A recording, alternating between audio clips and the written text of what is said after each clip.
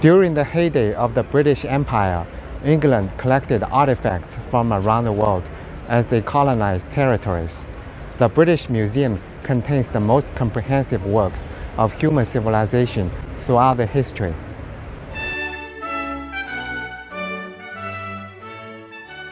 Established in 1753 and located in central London, the British Museum is the first public national museum and one of the most important and visited museums in the world. Covering an area of over 990,000 square feet, the British Museum is one of the largest museums in the world. The British Museum was built in Greek Revival style, featuring 43 Greek temple-inspired columns, triangular pediment, and enormous steps.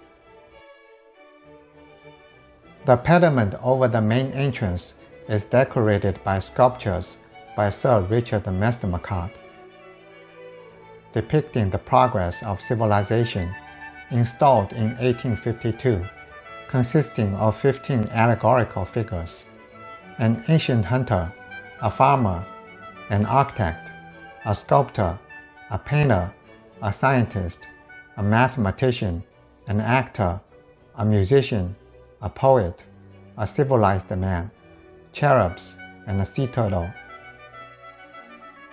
Its grandeur was designed to reflect all the wondrous objects housed inside by the architect Sir Robert Smirke in 1823. It emulated classical Greek architecture, a style known for its tall columns, intricate detail, symmetry, harmony, and balance. The Greek Revival style had become increasingly popular since the 1750s, when the Western Europeans rediscovered ancient Greece, in particular the Greek temple, which the ancient Greeks built for their gods.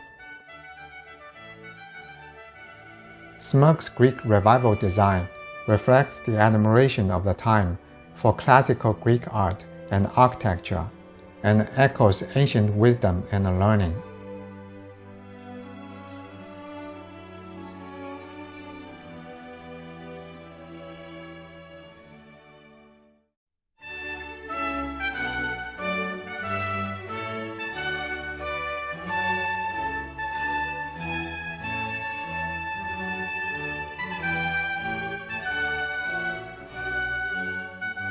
At the center of the British Museum is the Queen Elizabeth II Great Court, commonly known as the Great Court.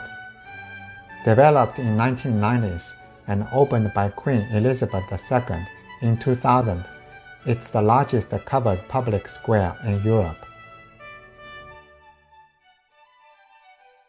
The Great Court is a spectacular space and one of the most recognizable and best loved parts of the museum.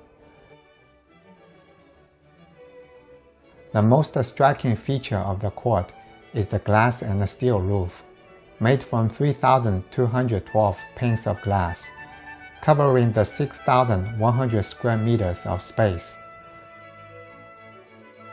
The roof appears airy, light, and illuminating, giving the centuries-old British Museum a modern look, and raising the roof theme. Within the Great Court, there are shops and a cafe. The court acts as a central linking point to different departments of the museum.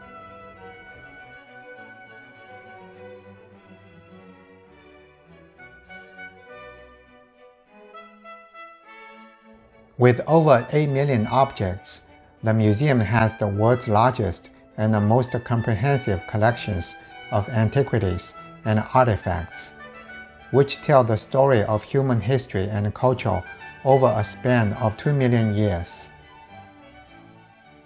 Its collections cover diverse fields of human knowledge, history, archaeology, anthropology, and art. The museum consists of Departments of Egypt and Sudan, Greece and Rome, Middle East, Britain, Europe, and prehistory, Asia, Africa, Oceania and the Americas, coins and medals. There are more than 70 galleries at the British Museum for you to explore.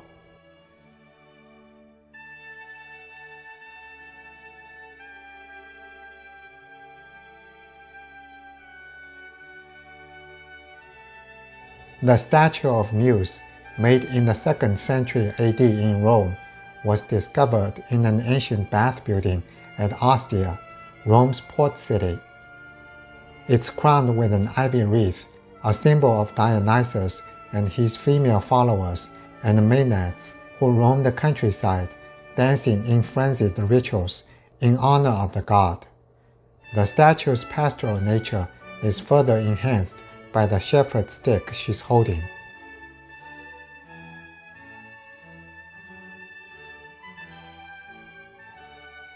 This spectacular machine, made in 1585 in the form of a medieval galleon, was intended to announce banquets at court.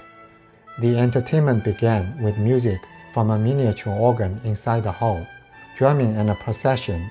Afterwards, the ship would travel across the table. When it stopped, as a grand finale, the front cannon would automatically fire, lighting a fuse that will fire the other guns.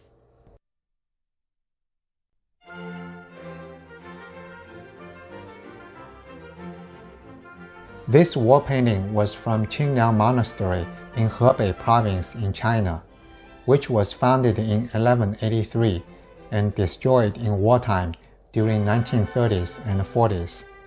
This monastery was an important stopping point for pilgrims traveling to and from the sacred Buddhist site, Mount Wutai. Monks from Mount Wutai painted this work in 1424.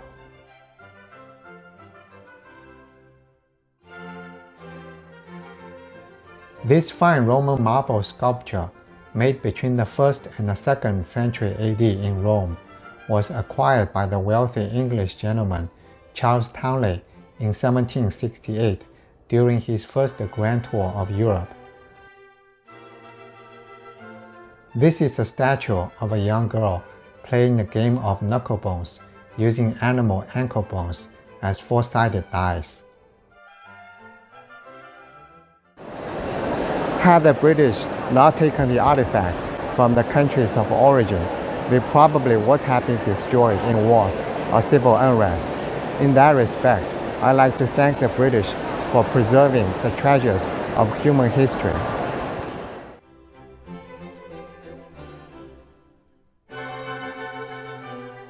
The King's Library, a collection of over 60,000 books, was established by King George III between 1760 and 1820 and given to the nation in 1823 by his son, King George IV.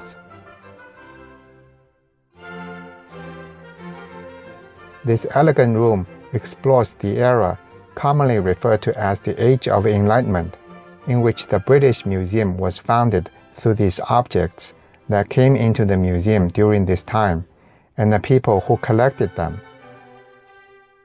The Age of Enlightenment is a period of discovery and learning that flourished among Europeans and Americans from about 1680 to 1820 as they traveled around the world. They changed the way they viewed the world through their new discoveries. The objects on display reveal the way in which collectors, antiquaries, and travelers during the Great Age of Discovery viewed and classified objects from the world around them.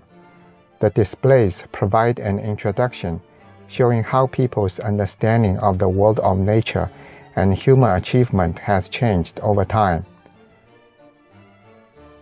The Enlightenment included a range of ideas centered on the value of human happiness, the pursuit of knowledge obtained by means of reason and the evidence of the senses, and ideals such as liberty, progress, toleration, fraternity, constitutional government, and the separation of church and state. This was also a time when Britain became a global power and grew wealthy. A significant part of their wealth came from Britain's colonial empire and Industrial Revolution.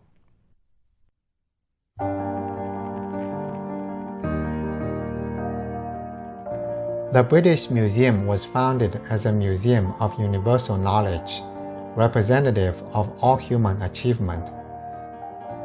This is the museum not just for the people of Britain, but for everyone, open free of charge to all, regardless of creed and nationality.